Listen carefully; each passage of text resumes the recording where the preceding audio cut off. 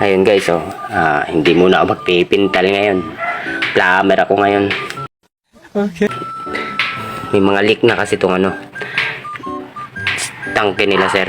Mga tubo ba, may mga leak na. Kaya ayun, ayusin natin.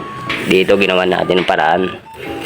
Interior ang nilagay natin sa loob niya. Kasi wala daw available na gasket. Hindi totoo yan. Ngari sa baybay. Ambot kung tinatamad lang siguro sila. Oh my God! Wow! Barato na kasi to. Murag alkansi sila. Panagsara man po palito ng gasket.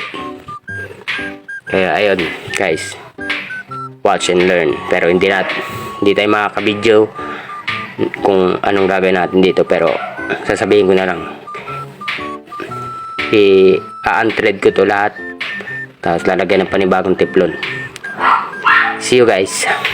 12 seconds later. Oo, diba? Wala na siyang leak. Sana nga wala nang leak. Okay na siya, diba? Ginamitan lang natin siya ng interior sa gulong.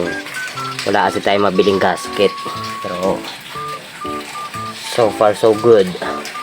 Good na good.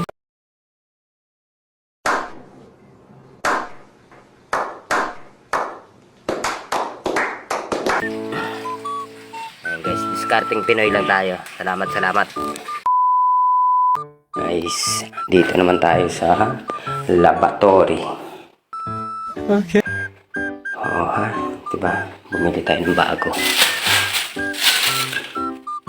Nag-leak na kasi siya sa sobrang tagal. So, mamaya na lang ulit. Papakita natin kung good. See you later guys.